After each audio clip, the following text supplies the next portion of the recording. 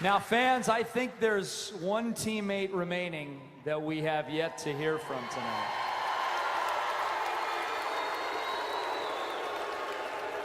As you saw in the video feature played during tonight's game, these two hadn't seen each other in years. But yesterday, when they connected, it was like they never skipped a beat. The best duo in WNBA history, Jackson and Sue Bird.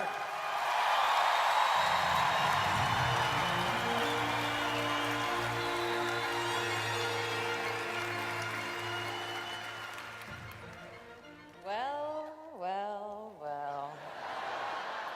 Since everyone already said the nice stuff, I figured it was my turn to set the record straight. Lauren and I met the very first day, the very first practice that she arrived in Seattle. I mean, there's only one place to start, and that's the beginning, where she came over, I was practicing, she had just arrived, introduced herself. I find out 5-10 minutes later, she was watching practice, watching Adia Barnes, thinking it was me the whole time. So that's how we got, that's the foot we got off to. These are actually semi-famous stories. That's how we first met. It's been noted that our very first year, we didn't necessarily click off the court, per se. Pretty sure she hated me. You might argue that. I think it's true. That's okay. That's okay. Because it clicked on the court. And on the court, everybody's talked about just how amazing you were. I mean, I'm just so lucky to have played with somebody like you, to have been able to feel, you spoke about it on the video, feel the trust. Every time we stepped on the court, I knew it was going to be okay. I knew we had Lauren. And I knew no matter what, we were going to have a chance.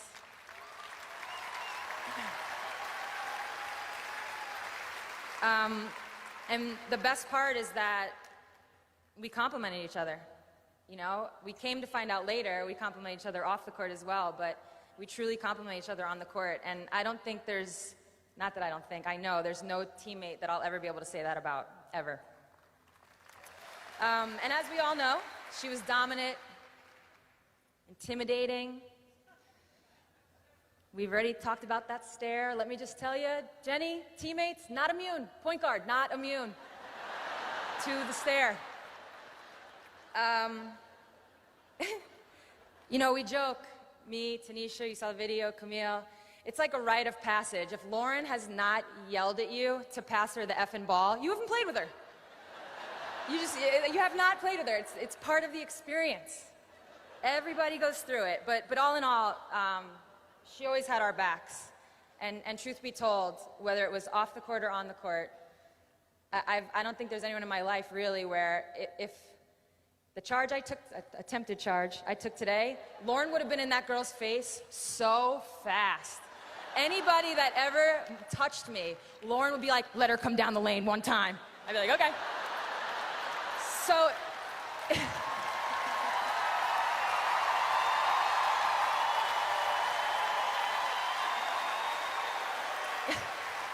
I was going to say what might appear as bad defense was actually because Lauren told me to let him go by me.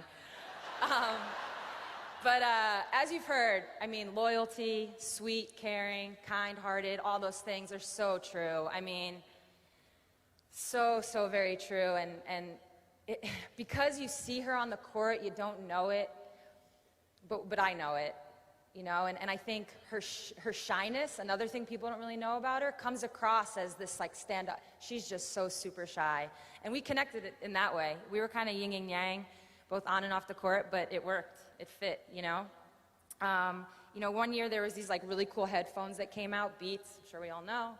I don't want you guys to get any ideas, but she bought the entire team a pair, out of nowhere. Which is oh, I like these, let me get 11 others, We'd go out to dinner, we would hang out, whatever. Out of nowhere, it'd be oh, the check is paid for, which actually happened last night also. So it's still happening. And she was just, I don't know, you just wanted everyone to be okay. You wanted to make sure people always inviting people over to your house, even if you kicked us out 45 minutes later, also a common occurrence.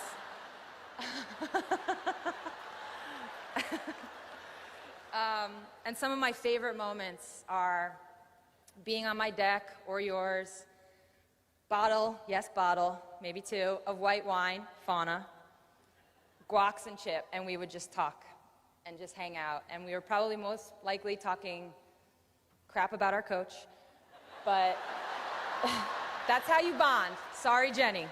That's how you bond. But like I said, Lauren, she, can I take this? Can I just move around? I'm feeling really antsy. All right. I want to make sure I got my notes, but Lauren, as sweet and as kind as we've all talked about, like I said, it was a rite of passage to get yelled at by Lauren. And I remember one game, the sweet, kind Lauren came, and Sandy Brondello was on the team, so it was 2003. And she was like, Sue, Sandy has been struggling. Like, she has not hit a shot in a while. She's our three-point shooter. Let's run, the first couple plays for her, get her going. I'm like, oh, my God. Really? Okay. That sounds like a great idea. Let's do it. Come out on the court. Boom. First play for Sandy, bucket. Boom. Second play, third play, bucket, bucket, bucket. Other team has to call timeout. Running back, probably right around here. I feel a little tap on my shoulder. Turn around. There's Lauren. Can we pass me the ball now?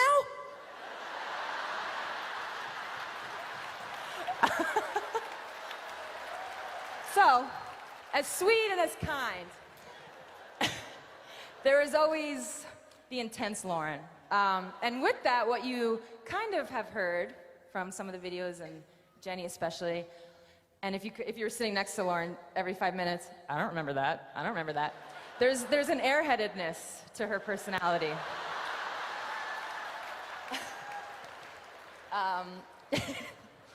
So for every time Lauren yelled at me to pass her the effing ball, I said, well, remember the damn play then. Because she would forget plays all the time. I mean, all the time. So anytime we ever got in a fight about anything, if you ever saw us yelling at each other, it was probably about that. So, one of Lauren's favorite games, she said this the other day, of course, one of mine, Western Conference Finals in Phoenix, Game 2, amazing comeback, down whatever, I don't know, with 4 minutes, and then there's 2 minutes, and Lauren cuts to the basket, gets the ball, three-point play, we get in the huddle, and I'm like, guys, Lauren had just cut it to 3. I'm like, guys, when Lauren makes this free throw, Lauren, when you make this free throw, we're gonna be down 2. She goes, we're gonna be down 2? She had no idea. I swear, go look at the highlight. You're gonna see us in a huddle, and she's gonna go to look for the score. Had no clue. Had no clue.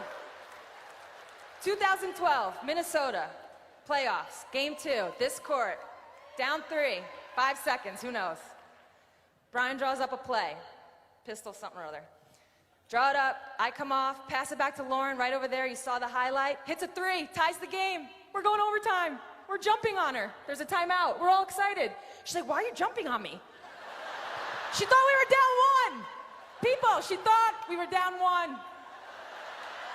Why are we jumping on you? Because it was one of the most iconic shots. Clearly, they use it in the video. All right, I gotta check my notes. Okay. Yes. So, with that being said, on a more serious note, every big play that comes to mind in franchise history started, ended, or both with you. Whether it was the actual shot, the screen, a la Atlanta, where she basically cleared out the whole team so I could shoot it. Every big play. And what you did for this franchise is set a tone on what it meant to be the best, and what it meant to be successful, and what it meant to win championships, and how to do it. And I know you're so shy right now, and it's killing you, but it's true what Dick said. I mean, Stewie, how much do you get asked about a comparison to Lauren Jackson? Every day. Elena Delle Donne, when she came into the league, always compared to you. You set the bar for what it is to be that player.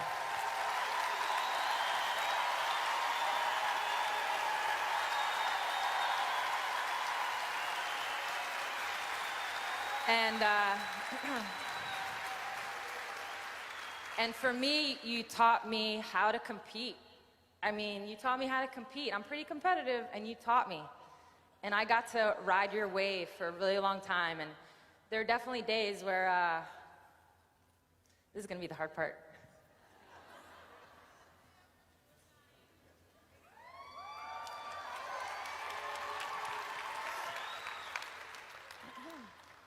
Where I miss you. And I wish you could still be doing this with me.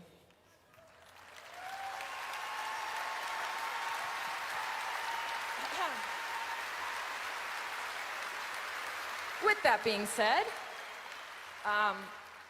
this is really gonna be, in some ways, guys, this is like my retirement a little bit, and just bear with me, because we're like connected in that way, and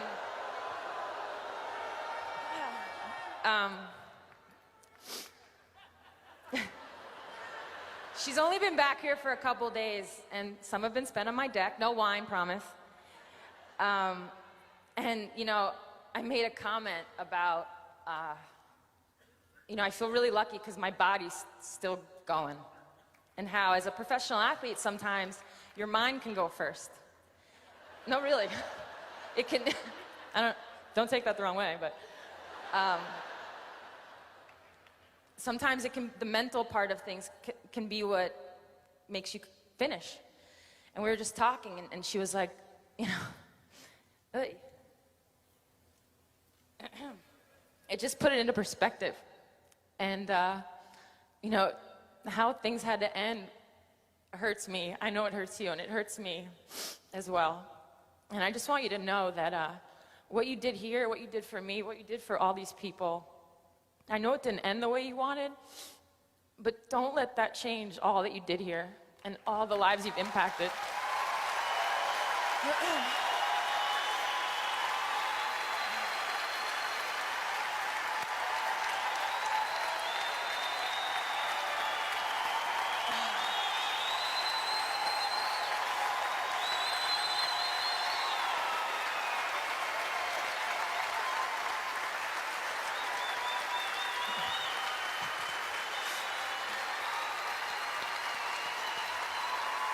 So, thank you. Thank you for being you. Just really for everything. I mean, I could literally be here all night. But I won't embarrass her anymore. So I love you. Congratulations. I know you're gonna kill it in retirement, and don't take this the wrong way. I'll be there soon to join you.